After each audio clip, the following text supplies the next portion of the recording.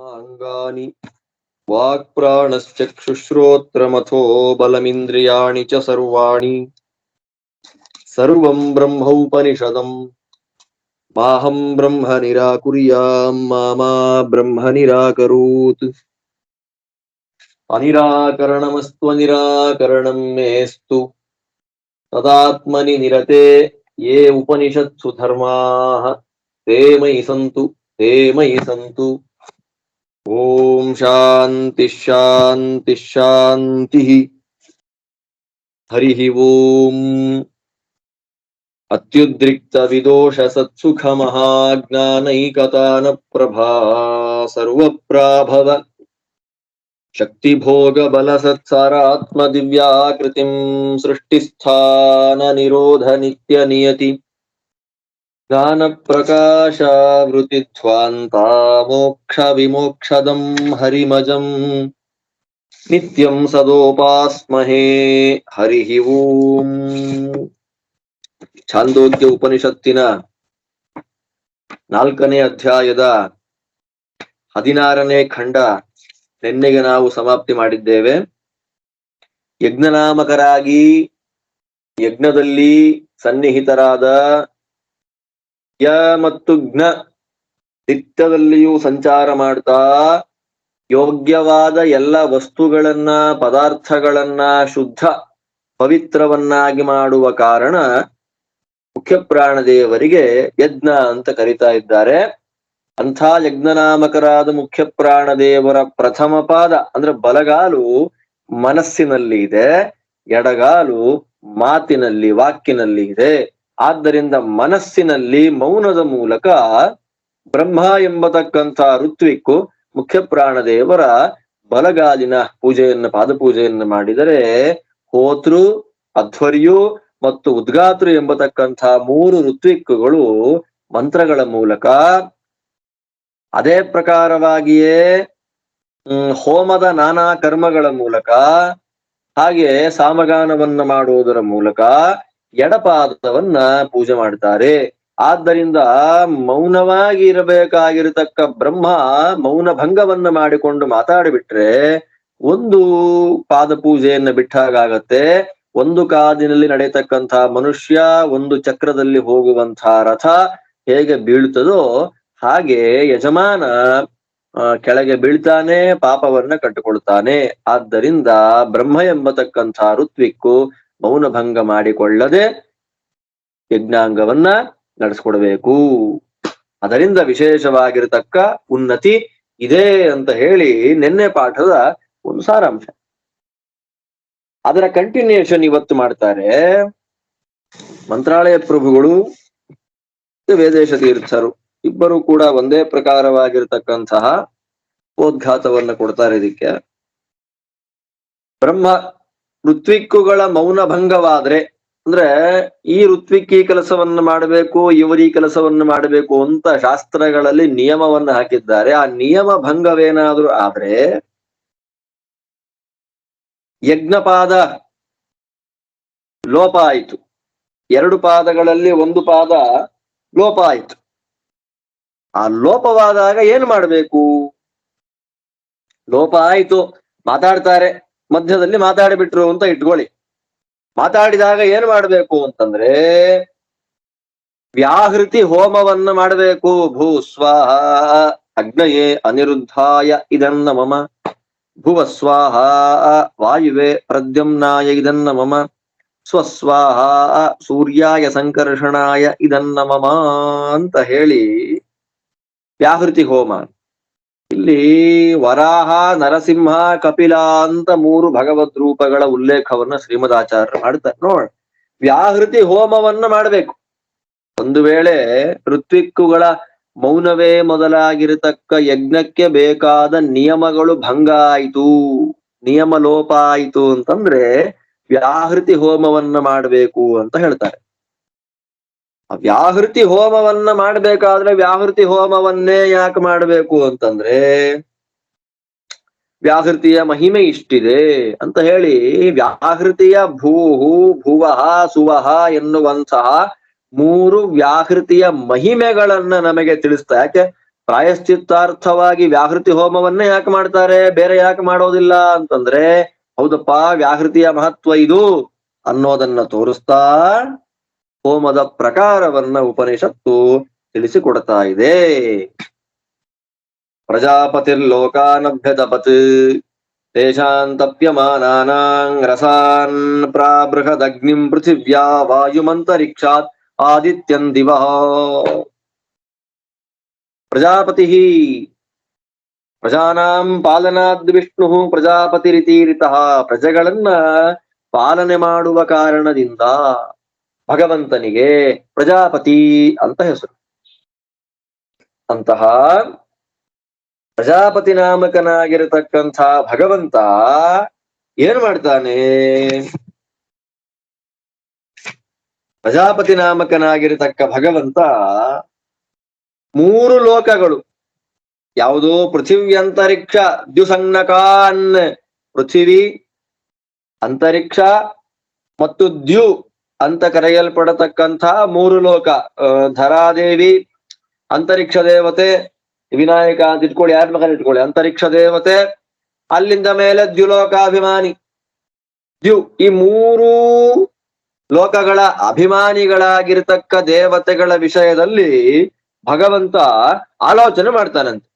ಅಭ್ಯತಪತ್ ಆಲೋಚಿತವಾನ್, ಪ್ರಜಾಪತಿ ನಾಮಕನಾದ ಅಂದ್ರೆ ಪ್ರಜೆಗಳನ್ನ ಪಾಲನ ಮಾಡುವ ಕಾರಣ ಪ್ರಜಾಪತಿ ಅಂತ ಕರೆಯಲ್ಪಡತಕ್ಕ ಸ್ವಾಮಿ ನಾರಾಯಣ ಪೃಥಿವಿ ಲೋಕ, ಅಂತರಿಕ್ಷ ಲೋಕ ಮತ್ತು ದ್ಯುಲೋಕ, ಈ ಮೂರು ಲೋಕಗಳ ಅಭಿಮಾನಿಗಳಾಗಿರತಕ್ಕ ದೇವತೆಗಳ ವಿಷಯದಲ್ಲಿ ಆಲೋಚನೆ ಮಾಡಿದ. ಏನ್ ಆಲೋಚನೆ ಮಾಡಿದ ದೇವರು?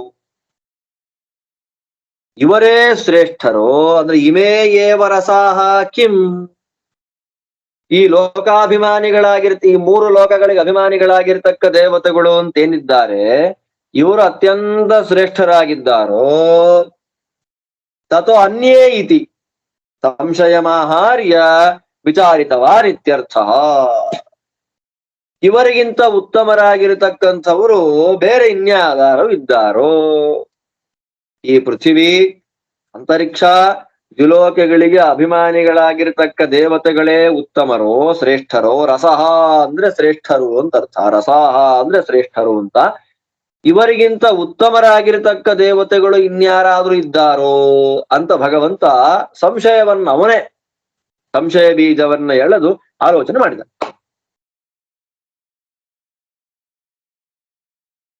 ದೇವರಿಗೆ ಆಲೋಚನೆ ಬೇಕಾಗಿಲ್ಲ, ನಮಗೆ ತೋರಿಸ್ಬೇಕು. ಯಾಕೆ ಅನಾಲೋಚನೆ ಸದ್ಭ ವಿಷಯಕಂ ಜ್ಞಾನಂ ಅಂತು ಅನ್ನೋದು ಲಕ್ಷ್ಮೀದೇವಿಯ ಜ್ಞಾನ.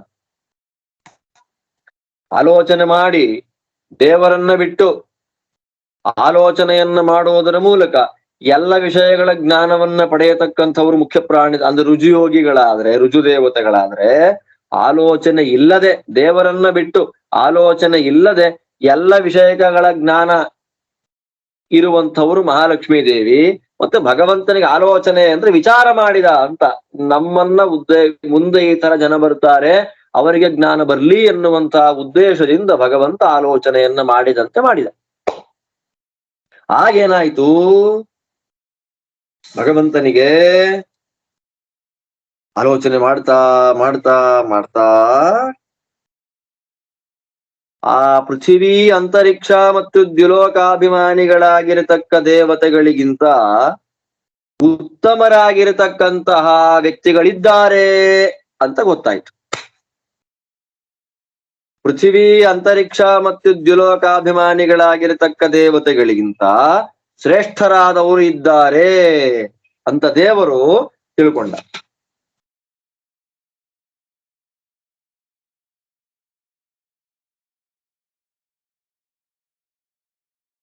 ಯಾರು?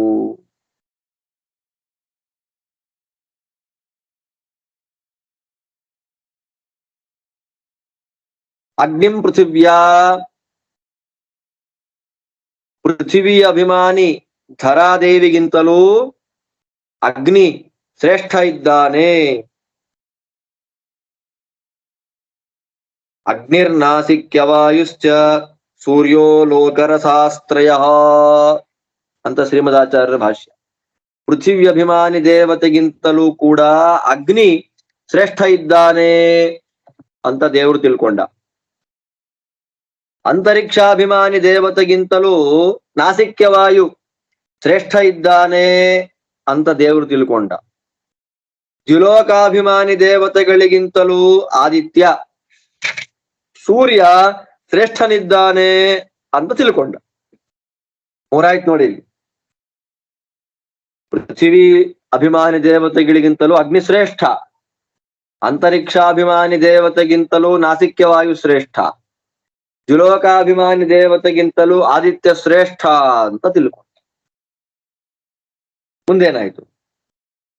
ಏತಾಸ್ತಿಸ್ರೋ ದೇವತಾ ಅಭ್ಯತಪತ್ ತಾಸಾಂತಪ್ಯಮಾನಾನಾಂ ರಸಾನ್ ಪ್ರಾಬೃಹತ್ ಅಗ್ನೇಃ ರುಚಃ ವಾಯೋಃ ಯಜೂಂಷಿ ಸಾಮಾನಿ ಆದಿತ್ಯಾತ್. ಆಗ ಭಗವಂತ ಮತ್ತೆ ಆಲೋಚನೆ ಮಾಡ್ತಾನೆ. ಈ ಅಗ್ನಿ, ನಾಸಿಕ್ಯವಾಯು ಮತ್ತು ಆದಿತ್ಯ ಈ ಮೂರೂ ದೇವತೆಗಳಿಗಿಂತಲೂ ಉತ್ತಮರಾಗಿರ್ತಕ್ಕಂಥವ್ರು ಬೇರೆಯವರಿದ್ದಾರೋ ಅಥವಾ ಇವರೇ ಉತ್ತಮರೋ?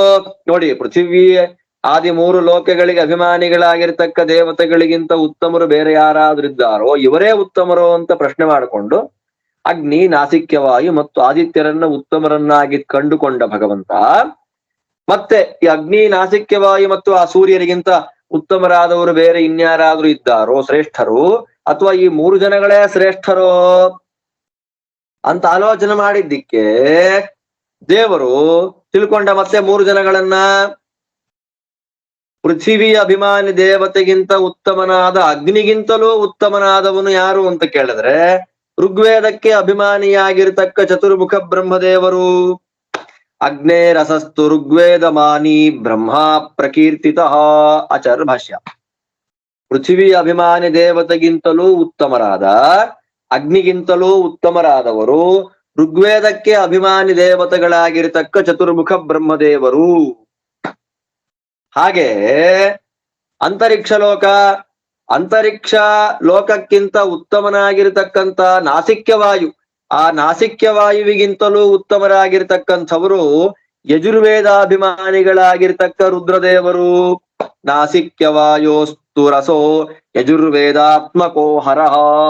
ಯಜುರ್ವೇದಕ್ಕೆ ಅಭಿಮಾನಿಗಳಾಗಿರ್ತಕ್ಕ ರುದ್ರದೇವರು, ಮಹಾರುದ್ರದೇವರು ಅಂತರಿಕ್ಷಕ್ಕಿಂತ ಉತ್ತಮನಾಗಿರ್ತಕ್ಕಂಥ ನಾಸಿಕ್ಯವಾಯುವಿಗಿಂತ ಉತ್ತಮರಾದವರು. ಹಾಗೆ ಮೂರನೆಯದ್ದು ದ್ಯುಲೋಕಾಭಿಮಾನಿ ದೇವತೆಗಿಂತಲೂ ಉತ್ತಮನಾಗಿರ್ತಕ್ಕಂಥವನು ಸೂರ್ಯ. ಆ ಸೂರ್ಯನಿಗಿಂತಲೂ ಉತ್ತಮರಾಗಿರ್ತಕ್ಕಂಥವ್ರು ಯಾರು? ಸಾಮವೇದಾಭಿಮಾನಿಗಳಾಗಿರ್ತಕ್ಕ ಮುಖ್ಯ ಪ್ರಾಣದೇವರು. ಸಾಮವೇದಾಭಿಮಾನಿ ತು ವಾಯು ಸೂರ್ಯರಸ ಸ್ಮೃತಃ. ಸೂರ್ಯನಿಗಿಂತ ಶ್ರೇಷ್ಠರಾದವರು, ಉತ್ತಮರಾದವರು ಸಾಮವೇದಾಭಿಮಾನಿಗಳಾಗಿರತಕ್ಕ ಮುಖ್ಯ ಪ್ರಾಣದೇವರು. ಅದಕ್ಕೋಸ್ಕರವಾಗಿಯೇ ಅಂತರಿಕ್ಷ ಲೋಕಾಭಿಮಾನಿಗಿಂತ ಉತ್ತಮನಾದವನು ವಾಯು ಅಂತ ಉಪನಿಷತ್ ಹೇಳಿದ್ರೆ ನಾಸಿಕ್ಯ ಅಂತ ಸೇರಿಸ್ತಾರೆ ಆಚಾರ್ಯ. ಮುಖ್ಯವಾಯು ಪ್ರಾಣದೇವರಲ್ಲ, ಮುಖ್ಯವಾಯುದೇವರಲ್ಲ, ನಾಸಿಕ್ಯವಾಯು ಅವನು. ಮೂರ್ಬಂತೀಗ ಪೃಥ್ವಿ, ಅಂತರಿಕ್ಷ, ದ್ಯುಲೋಕ ಈ ಮೂರು ಲೋಕಗಳಿಗೆ ಅಭಿಮಾನಿಗಳಾಗಿರ್ತಕ್ಕ ದೇವತೆಗಳಿಗಿಂತ ಉತ್ತಮರಾದವರು ಅಗ್ನಿ, ನಾಸಿಕ್ಯವಾಯು, ಆದಿತ್ಯ. ಅವರಿಗಿಂತ ಉತ್ತಮರಾದವರು ಋಗ್ವೇದ, ಯಜುರ್ವೇದ, ಸಾಮವೇದ. ಅರ್ಥಾತ್ ಋಗ್ವೇದಾಭಿಮಾನಿಗಳಾಗಿರ್ತಕ್ಕ ಚತುರ್ಮುಖ ಬ್ರಹ್ಮದೇವರು, ಯಜುರ್ವೇದಾಭಿಮಾನಿಗಳಾಗಿರ್ತಕ್ಕ ಮಹಾರುದ್ರದೇವರು, ಸಾಮವೇದಾಭಿಮಾನಿಗಳಾಗಿರ್ತಕ್ಕ ಮುಖ್ಯ ಪ್ರಾಣದೇವರು.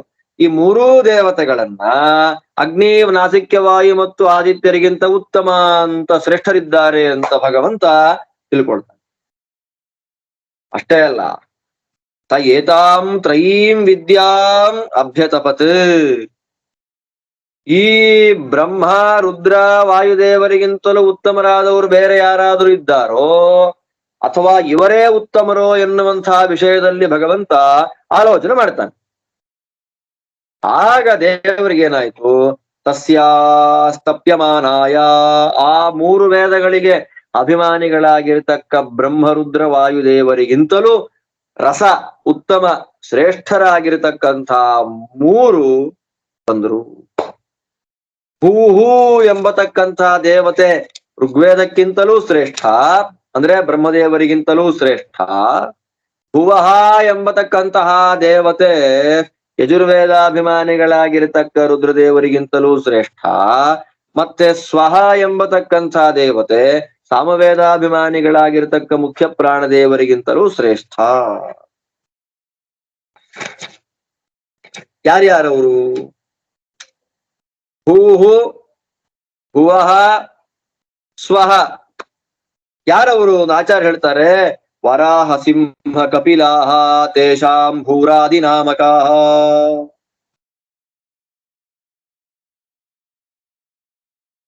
ವರಾಹ ಸಿಂಹ ಕಪಿಲ ಋಗ್ವೇದಾಭಿಮಾನಿಗಳಾಗಿರ್ತಕ್ಕ ಚತುರ್ಮುಖ ಬ್ರಹ್ಮದೇವರಿಗಿಂತಲೂ ಭೂಹು ಶಬ್ದವಾಚ್ಯ, ಭೂಹು ಎಂಬತಕ್ಕಂಥ ವ್ಯಾಹೃತಿ ವಾಚ್ಯರಾಗಿರತಕ್ಕಂಥ ವರಾಹದೇವರು ಉತ್ತಮರು. ಯಜುರ್ವೇದಾಭಿಮಾನಿಗಳಾಗಿರ್ತಕ್ಕ ಮಹರುದ್ರ ದೇವರಿಗಿಂತ ಭುವಃ ಎನ್ನುವ ವ್ಯಾಹೃತಿ ವಾಚ್ಯರಾಗಿರತಕ್ಕ ನರಸಿಂಹದೇವರು ಉತ್ತಮರು. ಸಾಮವೇದಾಭಿಮಾನಿಗಳಾಗಿರತಕ್ಕ ಮುಖ್ಯ ಪ್ರಾಣ ದೇವರಿಗಿಂತಲೂ ಸುವಹ ಎಂಬತಕ್ಕ ಅಥವಾ ಸ್ವಹ ಎಂಬತಕ್ಕಂತಹ ವ್ಯಾಹೃತಿ ವಾಚ್ಯರಾಗಿರತಕ್ಕಂತಹ ಕಪಿಲ ದೇವರು ಶ್ರೇಷ್ಠರು. ಅಲ್ಲಿಗೆ ಪೃಥ್ವಿ, ಅಗ್ನಿ, ಋಗ್ವೇದಾಭಿಮಾನಿಗಳಾಗಿರ್ತಕ್ಕ ಬ್ರಹ್ಮದೇವರು, ಅವರಿಗಿಂತಲೂ ವರಾಹ, ಅಂತರಿಕ್ಷ ಲೋಕ ತದಭಿಮಾನಿ ದೇವತೆ, ಅದಕ್ಕಿಂತಲೂ ಉತ್ತಮನಾಗಿರ್ತಕ್ಕ ನಾಸಿಕ್ಯವಾಯು, ನಾಸಿಕ್ಯವಾಯುವಿಗಿಂತಲೂ ಉತ್ತಮರಾಗಿರ್ತಕ್ಕಂತಹ ಯಜುರ್ವೇದಾಭಿಮಾನಿಗಳಾಗಿರ್ತಕ್ಕ ರುದ್ರದೇವರು, ಅವರಿಗಿಂತಲೂ ಉತ್ತಮನಾದವನು ಭುವಃ ಎಂಬತಕ್ಕಂತಹ ವ್ಯಾಹೃತಿ ವಾಚ್ಯನಾಗಿರ್ತಕ್ಕ ಸಿಂಹ ನರಸಿಂಹದೇವರು. ದ್ಯುಲೋಕಾಭಿಮಾನಿ ದೇವತೆ, ಆ ದ್ಯುಲೋಕಾಭಿಮಾನಿ ದೇವತೆಗಳಿಗಿಂತಲೂ ಉತ್ತಮರಾಗಿ ನಿಂತಿರ್ತಕ್ಕಂಥವ್ರು ಯಾರು?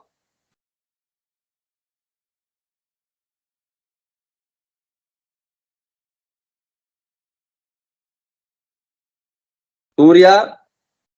ಆ ಸೂರ್ಯನಿಗಿಂತಲೂ ಉತ್ತಮರಾಗಿರ್ತಕ್ಕಂಥವರು ಸಾಮವೇದ ಅಭಿಮಾನಿಗಳಾಗಿರ್ತಕ್ಕ ಮುಖ್ಯ ಪ್ರಾಣದೇವರು. ಆ ಮುಖ್ಯ ಪ್ರಾಣದೇವರಿಗಿಂತಲೂ ಉತ್ತಮನಾಗಿ ನಿಂತಿರ್ತಕ್ಕಂಥವನು ಕಪಿಲ ನಾಮಕನಾದ ಭಗವಂತ. ಅಲ್ಲಿಗೆ ಮುಗೀತು, ಮೂರು ವ್ಯಾಹೃತಿಗಳ ಅನುಸಂಧಾನ ಮುಗೀತು. ಯಪ್ಪ, ಇಷ್ಟಿಂದ ಏನು ವ್ಯಾಹೃತಿಗಳ ಬಗ್ಗೆ ಮಾತಾಡಿದ್ದಾಯ್ತು. ಈ ವ್ಯಾಹೃತಿ ಅನುಸಂಧಾನದಿಂದ ನಮಗೆ ಸಿಗುವಂತದ್ದೇನು?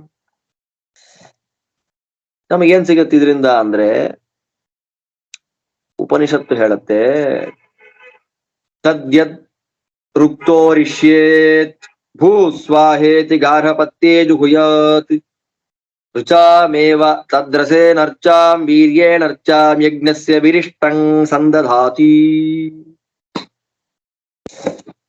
ಇವನು ಯಜ್ಞ ಮಾಡ್ತಾ ಇದ್ದಾನೆ.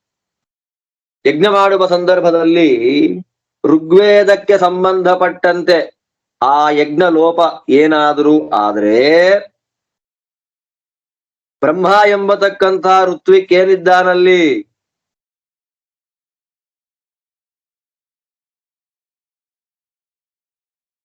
ಬ್ರಹ್ಮ ಎಂಬತಕ್ಕಂಥ ಋತ್ವಿಕ್ ಏನಿದ್ದಾನೆ ಅವ ಏನ್ ಮಾಡ್ಬೇಕು?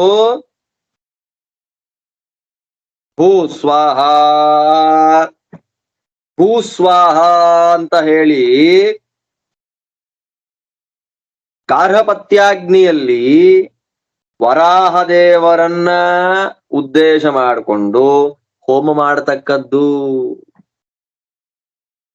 ಏನಾದ್ರೂ ಯಜ್ಞ ಮಾಡುವಾಗ ಋಗ್ವೇದಕ್ಕೆ ಸಂಬಂಧಪಟ್ಟು ಲೋಪದೋಷಗಳು ಬಂದಾಗ ಬ್ರಹ್ಮ ಎಂಬತಕ್ಕಂಥ ಋತ್ವಿಕ್ ಏನ್ ಮಾಡ್ಬೇಕಲ್ಲಿ? ಭೂಸ್ವಾಹ ಅಂತ ಹೇಳಿ ವರಾಹದೇವರನ್ನ ಉದ್ದೇಶ ಮಾಡಿಕೊಂಡು ಅಗ್ನಿಯಲ್ಲಿ ಯಾವ ಅಗ್ನಿಯಲ್ಲಿ? ಗಾರ್ಹಪತ್ಯ ಎಂಬತಕ್ಕಂಥ ಅಗ್ನಿಯಲ್ಲಿ ಹೋಮವನ್ನ ಮಾಡತಕ್ಕದ್ದು.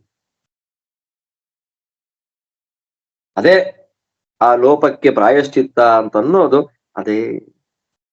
ಈ ಪ್ರಕಾರವಾಗಿ ಭೂಸ್ವಾಹ ಅಂತ ಗಾರ್ಹಪತ್ಯಾಗ್ನಿಯಲ್ಲಿ ವರಾಹದೇವರನ್ನ ನೆನಪಿಸಿಕೊಂಡು ಉದ್ದೇಶ ಮಾಡಿಕೊಂಡು ತ್ಯಾಗ ಮಾಡಿದಾಗ, ಹೋಮವನ್ನ ಮಾಡಿದಾಗ ಏನಾಗ್ಬಿಡತ್ತೆ?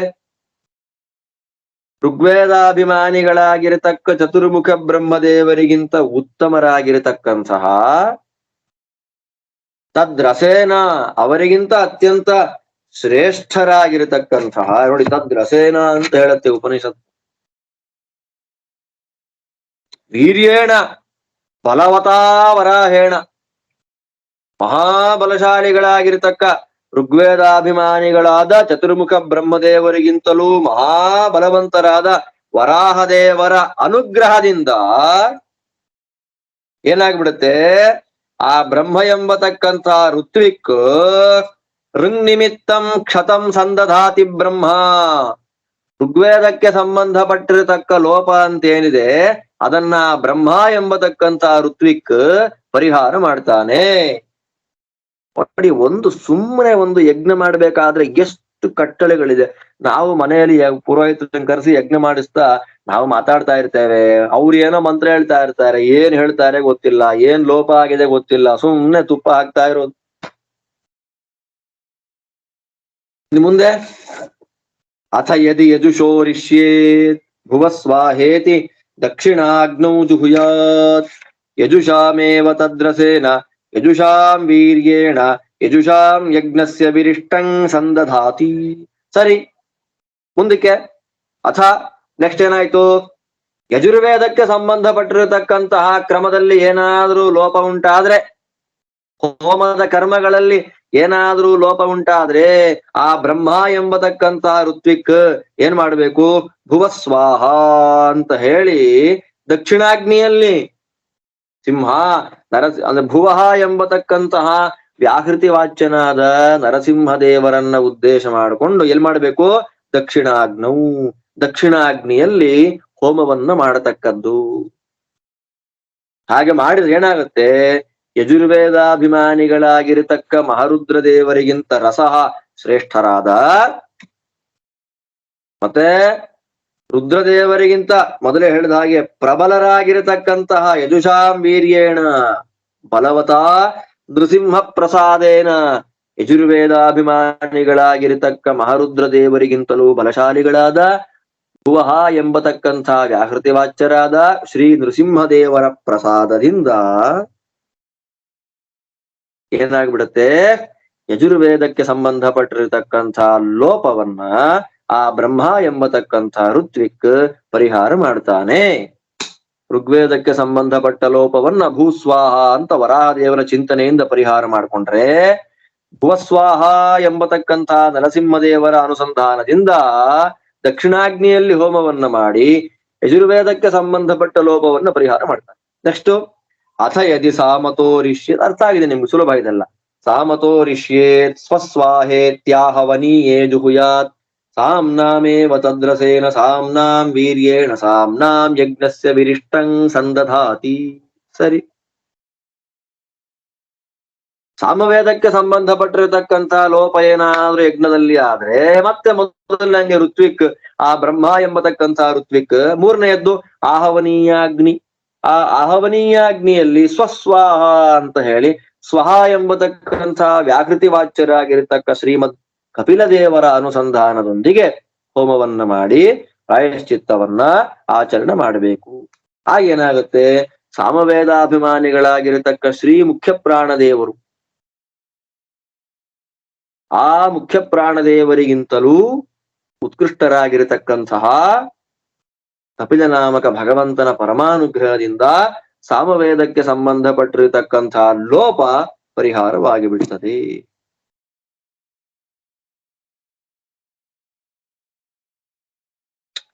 ಸೂಪರ್ ನೋಡ್ರಿ, ಇಲ್ಲಿ ಭೂಹೋ ಭುವಃ ಸ್ವಹ ವರಾಹ ನರಸಿಂಹ ಕಪಿಲ, ಋಗ್ವೇದ ಯಜುರ್ವೇದ ಸಾಮವೇದ. ಆ ಯಜ್ಞ ಮಾಡುವಾಗ 3 ವೇದಕ್ಕೆ ಸಂಬಂಧಪಟ್ಟ ಕರ್ಮಾಂಗ ಲೋಪ ನಡೆದು ಬಿಟ್ರೆ ವರಾಹ ಸಿಂಹ ಕಪಿಲ ಈ 3 ದೇವತೆಗಳ ಉದ್ದೇಶ ಮಾಡಿಕೊಂಡು ಅಗ್ನಿಯಲ್ಲಿ ಆಹುತಿಯನ್ನು ಕೊಡೋದರ ಮೂಲಕ ಪ್ರಾಯಶ್ಚಿತ್ತ ನಡೆಸಿಬಿಟ್ರೆ ಎಲ್ಲವೂ ಪರಿಹಾರ ಆಗತ್ತೆ. ಆದ್ದರಿಂದ ಬ್ರಹ್ಮ ಎಂಬತಕ್ಕಂತ ಋತ್ವಿಜನ ಕರ್ತವ್ಯ ಏನು? ನೆನ್ನೇನು ಹೇಳಿದೆ, ಅದಕ್ಕೆ ನಾವೇನ್ ಮಾಡ್ತೀವಿ? ಒಂದು ತೆಂಗಿನಕಾಯಿ ಇಟ್ಬಿಡ್ತೀವಿ ಯಜ್ಞ ಮಾಡೋ ಕಾಲಕ್ಕೆ. ನಮ್ಮ ಹಣೆ ಬರಕ್ ಬಂದ್ ಕೂತಿದೆ. ಉಪನಿಷತ್ ಹೇಳುತ್ತೆ ಮುಂದೆ, ಇದನ್ನೇ ನಮ್ಗೆ ಅರ್ಥ ಮಾಡಿಸ್ತಕ್ಕಂತಹ ಭಾಷೆಯಲ್ಲಿ ದೃಷ್ಟಾಂತವನ್ನ ಕೊಡ, ಹೇಗೆ ಲೋಪವಾದದ್ದನ್ನ ಹೇಗೆ ಅವನು ಕೂಡಿಸ್ತಾನೆ ಆ ಬ್ರಹ್ಮ ಎಂಬತಕ್ಕಂತ ಋತ್ವಿಕ್, ಅದನ್ನ ಹೇಳ್ತಾರೆ ಇಲ್ಲಿ ಉಪನಿಷತ್ತು ಹೇಳುತ್ತೆ. ತದ್ಯಥಾ ಲವಣೇನ ಸುವರ್ಣಂ ಸಂದಧ್ಯಾತ್ ಸುವರ್ಣೇನ ರಜತಂ ರಜತೇನ ತ್ರಪು ತ್ರಪುಣ ಸೀಸಂ ಸೀಸೇನ ಲೋಹಂ ಲೋಹೇನ ದಾರು ದಾರು ಚರ್ಮಣ ಏವಮೇಷಾಂ ಲೋಕಾನಾಂ ಆಸಾನ್ ದೇವತಾನಾಂ ಅಸ್ಯಾಸ್ತ್ರಯ್ಯಾ ವಿದ್ಯಾಯಾ ವೀರ್ಯೇಣ ಯಜ್ಞಸ್ಯ ವಿರಿಷ್ಟಂ ಸಂದಧಾತಿ ಭೇಷಜ ಕೃತೋ ಹವಾ ಏಷ ಯಜ್ಞೋ ಯತ್ರೈವಂ ವಿದ್ ಬ್ರಹ್ಮಾ ಭವತಿ. ಈಗ ಬಂಗಾರ ಕಟ್ಟಾಗ್ಬಿಟ್ಟಿದೆ ಅಂತಂದ್ರೆ ಲವಣದ ರಸ, ಉಪ್ಪಿನ ರಸದಿಂದ ಕಟ್ಟಾಗಿರತಕ್ಕಂತ ಬಂಗಾರವನ್ನ ಜೋಡಿಸ್ತಾ ಇರುತ್ತೆ. ಬಂಗಾರ ತುಂಡಾಗಿದೆ ಅಂದ್ರೆ ಲವಣ ರಸ, ಆ ಲವಣ ರಸದಿಂದ ಜೋಡಿಸ್ತಾರೆ. ಅಕಸ್ಮಾತ್ ಬೆಳ್ಳಿ ಕಟ್ಟಾಗಿದೆ ಅಂತಂದ್ರೆ ಬೆಳ್ಳಿಯನ್ನ ಬಂಗಾರದ ಒಂದು ರಸದಿಂದ ಅದನ್ನ ಜೋಡಿಸಿ ಬಿಡ್ತಾರೆ ಬೆಳ್ಳಿಯನ್ನ.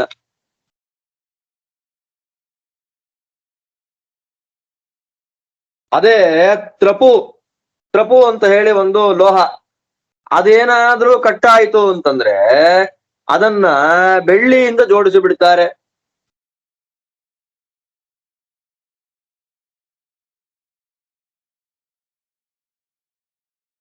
ಅದೇ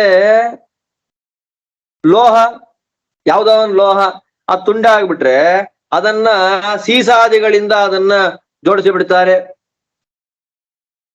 ಅದೇ ಮರ, ದಾರು, ಮರ ಕಟ್ಟಾಗ್ಬಿಟ್ರೆ ಅದನ್ನ ಏನ್ ಮಾಡ್ತಾರೆ, ಮಧ್ಯಕ್ಕೆ ಕೆಲವು ಲೋಹಗಳನ್ನ ಸೇರಿಸಿ ಅದನ್ನ ಇದು ಮಾಡ್ತಾರೆ,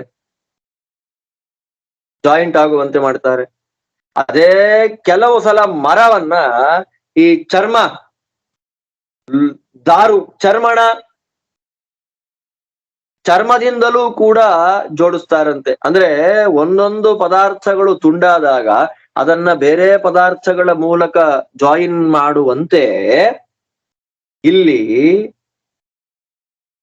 ಪೃಥ್ವಿ, ಅಂತರಿಕ್ಷ, ದ್ವಿಲೋಕಾಭಿಮಾನಿಗಳಾಗಿರತಕ್ಕ ದೇವತೆಗಳು, ಅಗ್ನಿ, ನಾಸಿಕ್ಯವಾಯು ಮತ್ತು ಆದಿತ್ಯ ಎಂಬತಕ್ಕಂಥ 3 ದೇವತೆಗಳು, ಅವರಿಗಿಂತ ಉತ್ತಮರಾಗಿರ್ತಕ್ಕಂಥ ಋಗ್ವೇದಾಭಿಮಾನಿಗಳಾಗಿರತಕ್ಕ ಚತುರ್ಮುಖ ಬ್ರಹ್ಮ, ಯಜುರ್ವೇದಾಭಿಮಾನಿಗಳಾಗಿರತಕ್ಕ ಮಹಾರುದ್ರ ದೇವರು, ಸಾಮವೇದಾಭಿಮಾನಿಗಳಾಗಿರತಕ್ಕ ವಾಯುದೇವರು, ಅವರಿಗಿಂತ ಉತ್ತಮರಾಗಿರತಕ್ಕ ಭುವಃ ಸುವಃ ಎಂಬತಕ್ಕಂತಹ ವ್ಯಾಹೃತಿ ವಾಚ್ಯರಾಗಿರತಕ್ಕ ವರಾಹದೇವರು, ನರಸಿಂಹದೇವರು ಮತ್ತು ಕಪಿಲ ದೇವರು, ಈ 3 ಭಗವದ್ ರೂಪಗಳ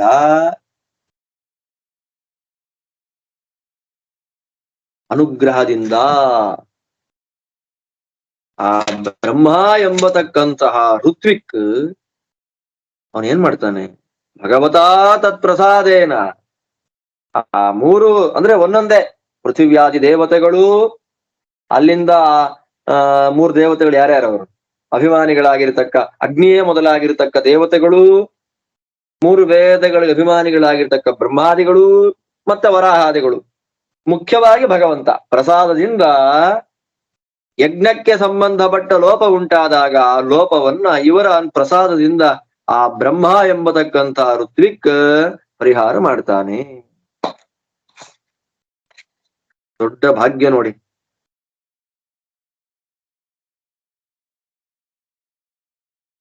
ಅವನೇನ್ ಮಾಡ್ತಾನೆ, ಅದನ್ನ ಪರಿಹಾರ ಮಾಡ್ತಾನೆ. ಆದ್ದರಿಂದಲೇ ಯಜ್ಞದಲ್ಲಿ ಬ್ರಹ್ಮಸ್ಥಾನಕ್ಕೆ ನಾವು ಒಬ್ಬನನ್ನ ಕೂಡಿಸಬೇಕು ಅಂತಂದ್ರೆ ವ್ಯಾಹೃತಿಯ ಮಹಿಮೆಗಳನ್ನ ತಿಳಿದಿರತಕ್ಕಂತಹ ವ್ಯಕ್ತಿಯನ್ನೇ, ಆ ಜ್ಞಾನಿಯನ್ನೇ ಬ್ರಹ್ಮಸ್ಥಾನಕ್ಕೆ ಕರ್ಕೊಂಬಂದು ಕೂಡಿಸಬೇಕು. ಆಚಾರ್ಯ ಹೇಳ್ತಾರೆ, ವ್ಯಾಹೃತಿಭಿಸ್ತತೋ ಜುಹ್ವನ್ ಬ್ರಹ್ಮ ಏವಂ ವಿದ್ವಿರಿಷ್ಟಿತಃ ಸರ್ವಾನ್ ಸರುತ್ವಿಜೋ ರಕ್ಷೇತ್ ಬ್ರಹ್ಮ ಏವಂ ವಿತ್ತತೋ ಭವೇತ್. ಏನಾಗುತ್ತೆ,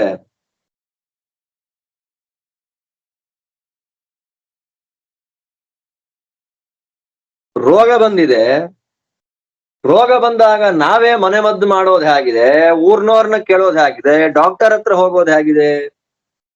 ರೋಗ ಬಂದಾಗ ಡಾಕ್ಟರ್ ಹತ್ರ ಹೋಗಿ ನಾವು ಅದಕ್ಕೆ ಔಷಧವನ್ನ ಪಡೆದಂತೆ, ಟ್ರೀಟ್ಮೆಂಟ್ ಚಿಕಿತ್ಸೆಯನ್ನ ಪಡೆದಂತೆ ಅಲ್ವಾ, ಪ್ರಾಪರ್ ವೇನಲ್ಲಿ ನಾವು ಟ್ರೀಟ್ಮೆಂಟ್ ಅನ್ನ ಪಡೆದರೆ ಬಂದ ರೋಗ ಹೇಗೆ ಪರಿಹಾರವಾಗ್ತದೋ ವೈದ್ಯರ ಡಾಕ್ಟರ್ಗಳ ಮೂಲಕ, ಹಾಗೆ ಯಜ್ಞದಲ್ಲಿ ಉಂಟಾದ ಲೋಪವನ್ನ ಪರಿಹಾರ ಮಾಡಿ ಯಜ್ಞವು ಸಾಂಗವಾಗಿ ನಡೆಯುವಂತೆ ಮಾಡತಕ್ಕಂಥ ವ್ಯಕ್ತಿ ವ್ಯಾಹೃತಿಯ ಮಹಿಮೆಗಳನ್ನ, ಅದರ ಪ್ರತಿಪಾದ್ಯವಾದ ಭಗವದ್ ರೂಪಗಳ ಗುಣಗಳನ್ನ ತಿಳಿದಿರತಕ್ಕ ಬ್ರಹ್ಮ ಎಂಬತಕ್ಕಂಥ ಯಾವ ಋತ್ವಿಕ್.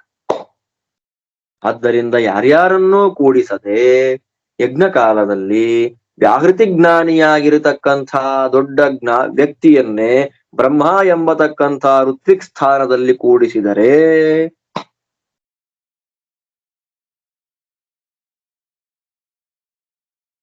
ಅವನ ಮೂಲಕ ಮಾಡಿಸಿದ ಯಜ್ಞ ಯಜಮಾನನಿಗೆ ಶ್ರೇಷ್ಠವಾಗಿರತಕ್ಕ ಲೋಕವನ್ನ ತಂದುಕೊಡುವಲ್ಲಿ ಸಮರ್ಥವಾಗ್ತದೆ.